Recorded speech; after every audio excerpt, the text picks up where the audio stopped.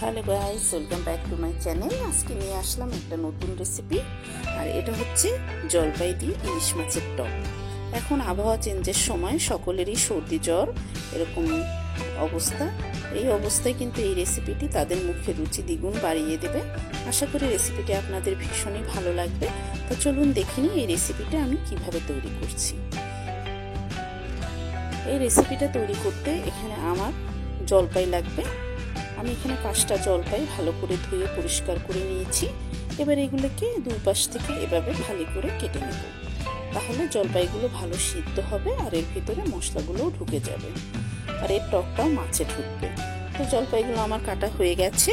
এখন আমি এখানে 3 পিস ইলিশ মাছ নিয়েছি। মাছগুলো আমি কেটে ধুয়ে পরিষ্কার করে নিয়েছি। এখন এখানে আমি দিয়ে দিব সামান্য হলুদের গুঁড়া আর সামান্য লবণ। এগুলো দিয়ে আমি মাছটাকে ভালো করে মেখে নেব।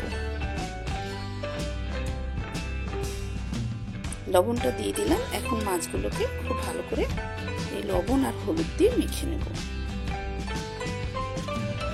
রেসিপিটা কিন্তু খুবই সহজ আর খেতে হয় দুর্দান্ত। মাছটা মাখা হয়ে গেল। এখন আমি কড়াইতে দিয়ে দিলাম 1 টেবিল চামচ সরিষার তেল। রেসিপিটা আমি সরিষার তেলে করব। সরিষার তেলে টেস্টটা ভালো হবে। তেলটা গরম হয়ে গেছে। এখানে আমি এখন মাছের পিসগুলো দিয়ে হালকা লাল করে ভাজবো, বেশি কড়া করে ভাজবো না। এই যে মাছগুলোকে ঠিক এইভাবে ভেজে নেব। এগুলো কিন্তু হালকা ব্রাউন করে ভাজা হয়েছে। এইবার যে তেলটা রয়েছে এতে আমি দিয়ে দিব একটা শুকনো মরিচ আর দিয়ে দেবো 1/2 চা চামচ কালো সরিষা।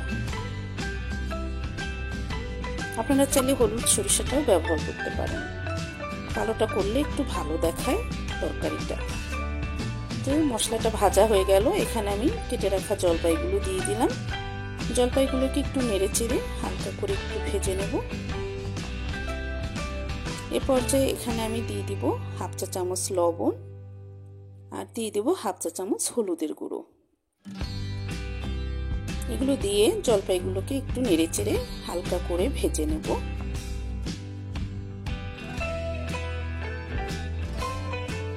এখন এখানে আমি 1/2 চা চামচ মরিচের গুঁড়ো দিয়ে দেব। মরিচের গুঁড়োটা দিয়ে আবার আমি একটু নেড়ে চেড়ে হালকা করে ভেজে নেব।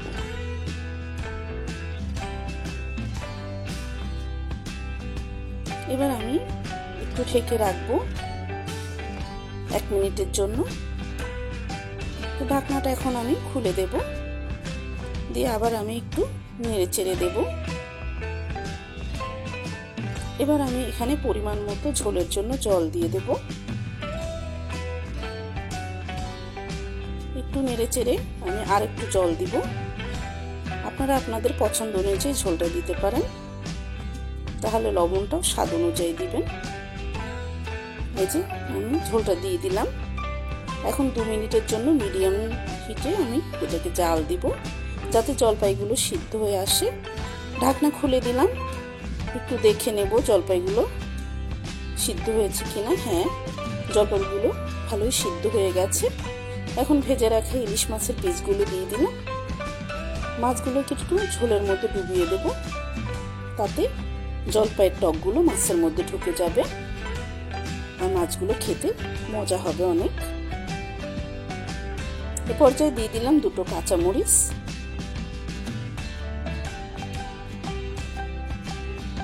কাঁচামরিচগুলো দিয়ে দিলাম। এরপরে আমি এখানে দিয়ে দিব 1/2 চা চামচ চিনি। চিনিটা দিলে টকটা ব্যালেন্স হয় আর তরকারিটা খেতে অনেক ভালো লাগে। তো আমি ঢেকে আরো 2 মিনিটের জন্য জাল দিব। ঢাকনা খুলে দিলাম। আমার এখানে ইলিশ মাছের জলপাই দিয়ে যে টকটা, এটা কিন্তু তৈরি হয়ে গেছে। আর দেখেন জলপাইটা কত সুন্দর সিদ্ধ হয়েছে। এবার আমি চুলা থেকে নামিয়ে নেব, পরিবেশন করে আর দেখাবো যে এটা কত সুন্দর হয়েছে দেখতে।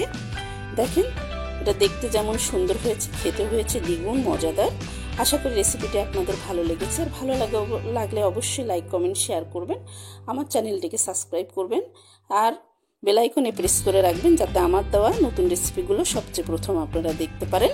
ভিডিওটা দেখার জন্য সবাইকে অনেক অনেক ধন্যবাদ। সবাই ভালো থাকবেন।